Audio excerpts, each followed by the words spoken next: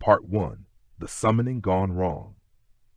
The call. The wind outside St. Augustine's Cathedral screamed like a wounded animal, rattling the stained glass windows as Father Michael knelt before the altar. Candles flickered in the gusts sneaking through the cracks, and the scent of old incense clung to the air like the memory of a prayer. The phone in the sacristy rang. It never rang at this hour. Michael rose slowly, his knees aching from decades of kneeling, and picked up the receiver. "Father Michael," came a breathless male voice. "It's Jonathan Reeves from Ridgewood Manor." The name made Michael's stomach knot. The Reeves family, old money, isolated estate, generations of whispered scandal. "What's happened?" Jonathan's voice trembled. "It's my wife and the children. Something's in the house, Father. We tried to get rid of it. We made it worse." Michael's free hand tightened on the wooden counter. "I'll be there. Keep everyone together." "Don't." The line went dead, the team. An hour later, the black church van cut through the winding forest road. In the driver's seat sat Sister Claire, young, with sharp features and eyes that never seemed to blink when she prayed. In the back, Daniel clutched his worn Bible so tightly his knuckles whitened. "This is your first field mission," Michael said without looking at him. "You follow my lead. No improvising." Daniel swallowed. "Yes, Father." Claire glanced in the rearview mirror. "You look pale." Don't do well in big houses," Daniel muttered. Claire smiled faintly. "It's not the house you should be afraid of." The van turned, and Ridgewood Manor came into view. Ridgewood Manor. The mansion loomed out of the fog like a blackened tooth in the forest's mouth. Windows glared down like blind eyes, and the iron gates screeched as they opened. Jonathan Reeves stood waiting on the front steps, drenched from the drizzle, face drawn and sleepless. "You came," he whispered, almost disbelieving. Inside, the air was heavy with dampness and something else, an almost metallic tang like old blood. Jonathan led them to the drawing room. His wife, Eleanor, sat stiffly on the settee, clutching her two children. Both children stared at the wall with glassy, unblinking eyes. "What exactly happened?" Michael asked. Jonathan hesitated, glancing at his wife, then at the floor. "We called it." "You summoned something?" Michael's voice was cold. "It was supposed to be a cleansing ritual. Eleanor found it in one of my grandfather's books. We thought it would banish the thing that's been haunting the West Wing."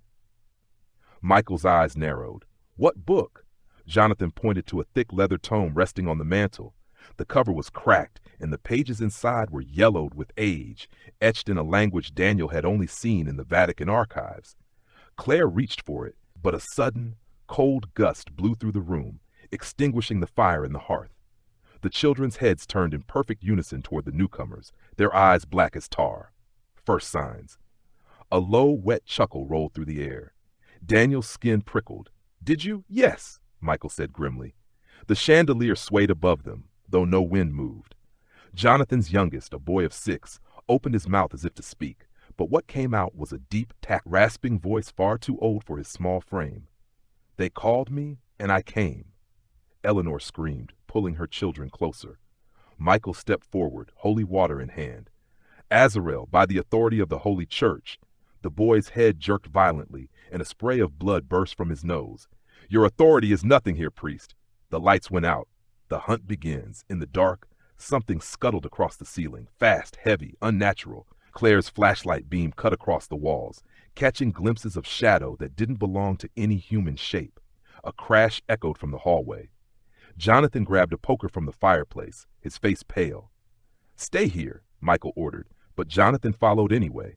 They moved down the hall, the old floor groaning underfoot. The smell of rot grew stronger. Suddenly, a door slammed behind them.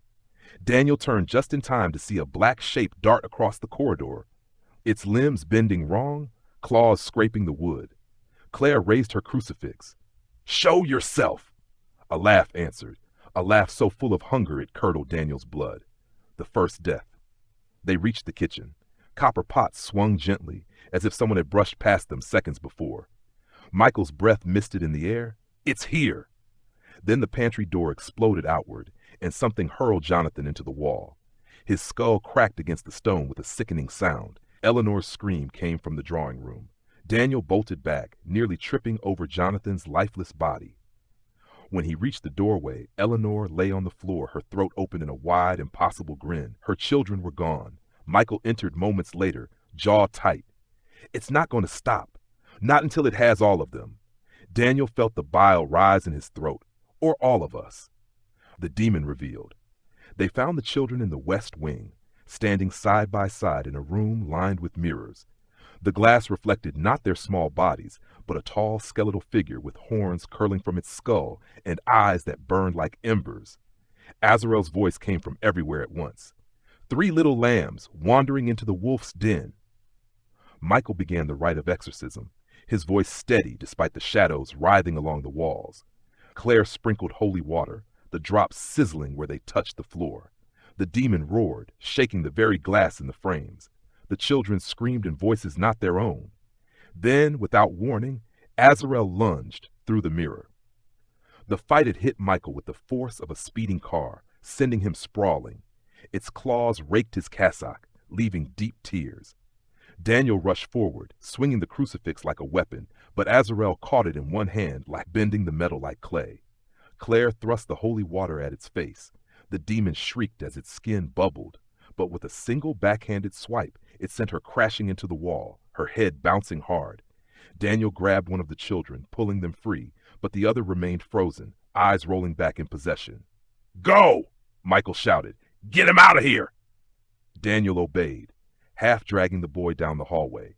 Behind him, the demon's roar shook the walls. The vanishing were. By the time Daniel returned with the boy, the room was empty.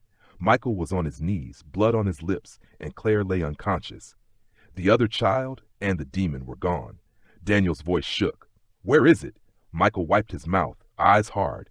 "It left, but not for good. It's inside this house, and it wants us to stay." From somewhere deep in the manor, a whisper rose, almost playful. "I'll kill you last, priest."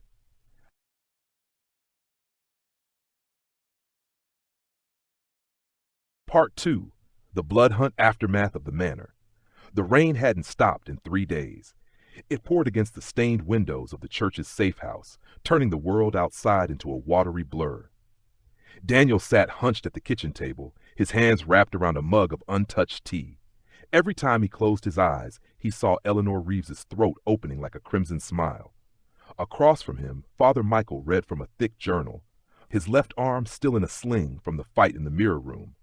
Claire emerged from the back room, her face pale but her movements sharp. The bruise along her temple had turned a sickly greenish yellow. "It's not done," she said flatly. "Azrael isn't gone." Michael didn't look up. "No, it's gathering strength." Claire threw a folded newspaper onto the table. The front page screamed in bold letters, "Third body found with occult symbols carved into flesh." Daniel's stomach twisted. "That's him?" Michael nodded grimly. "Every victim is a step in his ritual. He's not just killing, he's collecting." A trail of corpses. They spread the crime scene photos across the table. The victims had no clear connection. An elderly man, a young woman in her 20s, a police officer. Each had the same sigil carved deep into their chest, a circle split by jagged lines with 4 blackened punctures at the edges. Daniel pointed. "These punctures, those are bite marks." Claire met his gaze. "From Azrael's true form." Michael tapped the journal. "If the pattern holds, he needs 13 souls before the blood gate can open." Daniel counted the photos. 3 down, 10 to go. Claire's voice was tight. "Unless we stop him." The abandoned tenement. Their first lead came from a terrified homeless man who swore he'd seen a shadow with eyes dragging a screaming woman into the basement of an old tenement on Kell Street. The building was a corpse of brick and rusted fire escapes. Every window was black and the front door hung open like a broken jaw. Inside, the air was wet with mildew and something sweeter, rotting meat. Michael held his crucifix ready. "Stay close. No wandering." The sound came from below, slow, wet tearing, like meat being pulled from bone. Claire led the descent into the basement. Her flashlight beam caught something in the corner, a woman's body, her skin pale and stretched, ribs exposed where flesh had been methodically carved away. Daniel turned away, gagging, and then the shadows moved. Ambush. Azrael dropped from the ceiling like a spider, its limbs bending in impossible directions, claws gleaming wet.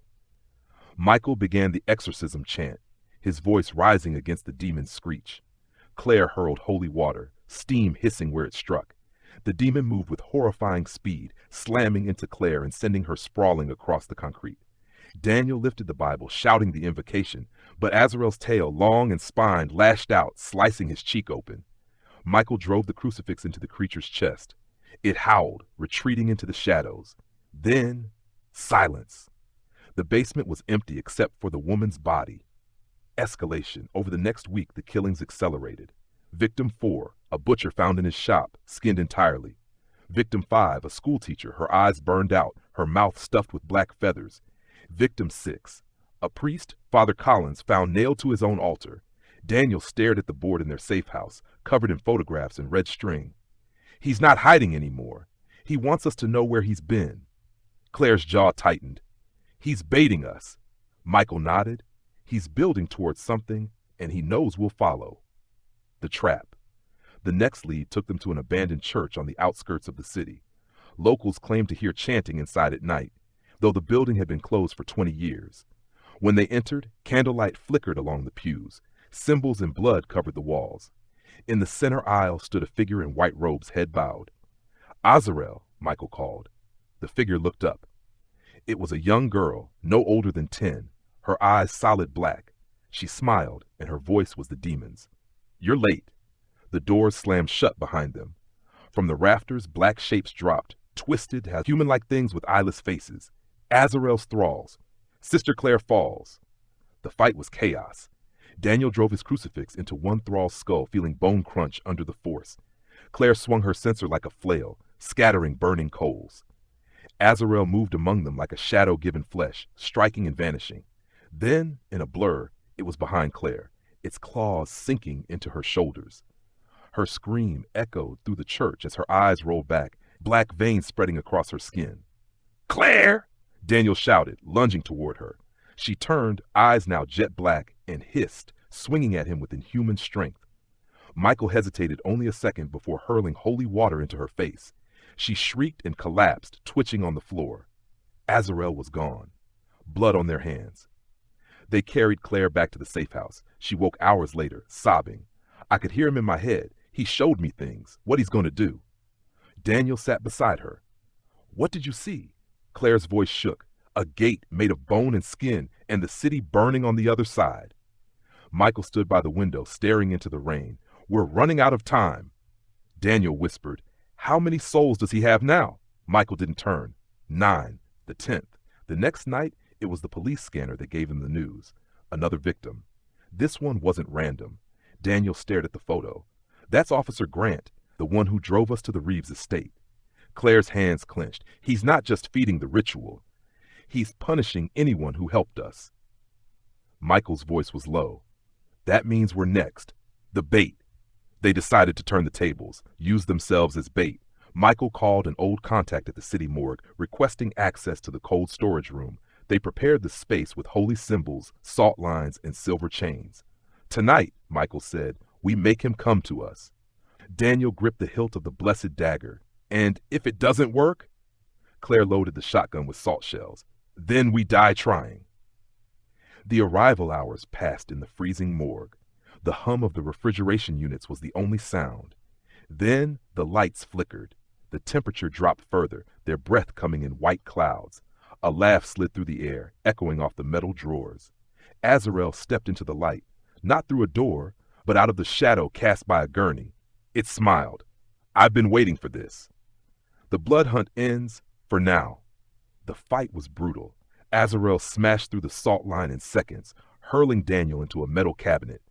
Claire's shotgun tore chunks from its flesh, but the wounds closed almost instantly. Michael drove the silver chains around its neck, chanting in Latin, but the demon lifted him off the ground with one clawed hand, blood dripping from his mouth. Daniel rose, dagger in hand, and plunged it into Azrael's side. The demon roared, dropping Michael. For a moment the chains glowed white hot, and then the demon slipped free, leaving behind only the stench of sulfur. Its voice whispered from the shadows, 3 souls left, priest, and one of them will be yours.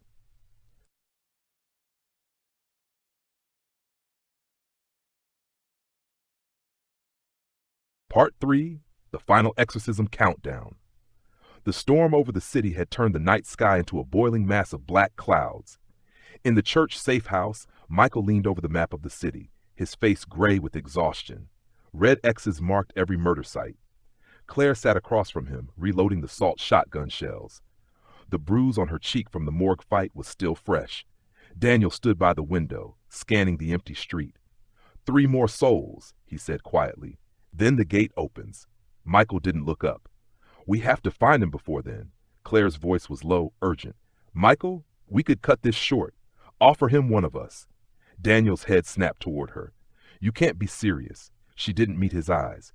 If it buys the world a chance, Michael's voice was steel. No, we end this without bargaining with the thing.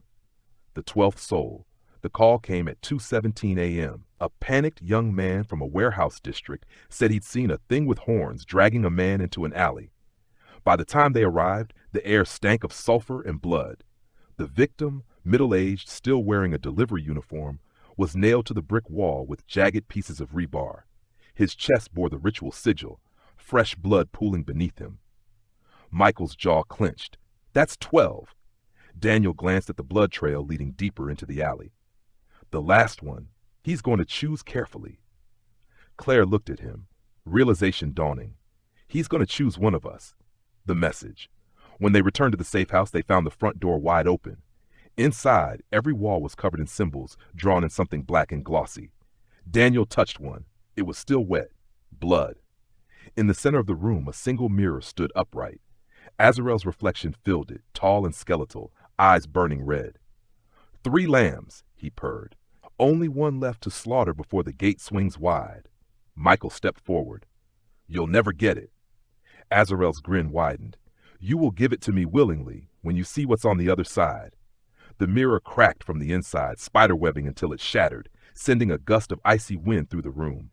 On the floor, scrawled in blood, were 3 words. The Manor, midnight. Return to Ridgewood. The road back to Ridgewood Manor felt endless. The forest seemed darker, the fog thicker than during their first visit. The mansion stood silent, its windows glowing faintly from within. Claire tightened the strap on her shotgun. He wants us here. It's a trap. Michael nodded. Which is why we go in ready to die. Daniel's grip tightened on the blessed dagger. Then let's make sure it's him who dies. The gate. The drawing room was exactly as they'd left it, except for the massive circle carved into the wooden floor. Bones, human and animal, were arranged in precise arcs, each soaked in blood. In the center of the circle stood a towering archway of flesh and sinew, pulsing faintly like it was breathing. Azrael waited beside it, in his full form, horns curling, claws dripping, eyes like molten coals. Welcome home, he said. Michael lifted his crucifix. This ends tonight. The demon chuckled. Oh, it will. The battle begins. Azrael moved first, crossing the room in a blur. Michael barely raised his crucifix before the demon slammed him against the wall, cracking plaster. Claire fired the shotgun. Salt shells tore through Azrael's side, sending him staggering. Daniel charged with the dagger, slashing deep into its arm. Black ichor hissed where it hit the floor. The demon roared, swatting Daniel aside like a rag doll. He crashed into the overturned settee, pain lancing through his ribs. Michael began chanting the final rite, words forbidden to speak outside a death ritual. Claire's stand Azrael lunged for Michael, but Claire intercepted, driving her censer into its skull. The iron swung wide, scattering burning coals across its face. The demon shrieked, but caught her arm in one massive claw. With a brutal twist, it broke her shoulder. She screamed, dropping the shotgun. Daniel stumbled to his feet and dove for the weapon, firing point blank into Azrael's torso. The blast tore a hole through it, but already the flesh was knitting back together. The sacrifice. Michael's voice grew louder, the rite's final verses spilling into the air like molten silver. Azrael recoiled, smoke curling from its flesh. The archway of bone behind it began to pulse faster, a low hum vibrating through the room. Claire, gasping in pain, locked eyes with Daniel. He can't finish it alone. The rite needs 2 voices. Daniel understood instantly. He dropped the shotgun and joined Michael, picking up the second verse. Azrael roared in fury, hurling itself at them. Michael didn't stop chanting. Bind it to me, he hissed between verses. Daniel's eyes widened. No! Do it! Michael barked. The binding Daniel forced the words out, the binding claws that would tie the demon's essence to a living vessel. Azrael froze mid-lunge, claws outstretched, as chains of light erupted from the floor, wrapping around its limbs. Michael stepped forward into the circle, letting the chains wind around his own body. The demon screamed, its form twisting, shrinking, until it was drawn into Michael's chest like smoke into a bellows. Michael collapsed to his knees, gasping. When he looked up, his eyes burned red. "The choice, finish it," Michael growled, voice layered with the demon's. Daniel raised the dagger, hands shaking. "If I kill you, there's no other way," Claire shouted. Michael gave a faint, pained smile. "Make it count, son." Daniel drove the dagger into Michael's heart. The gate closes. Light exploded from the wound, blinding them. The archway of bone shuddered, then collapsed inward, dragging itself into nothingness with a deafening roar. When the light faded, Michael lay still, the demon gone. Claire dropped to her knees beside him, tears streaking her face. Daniel stood frozen, the dagger still in his hand, its blade slick with blood. The last laugh. They carried Michael's body outside. The first hints of dawn broke through the fog. Daniel turned back to the shattered windows of Ridgewood Manor. For a moment, nothing moved. Then, in the reflection of a broken pane, two burning red eyes stared back at him. A whisper curled into his ear. "I'll be seeing you soon, son."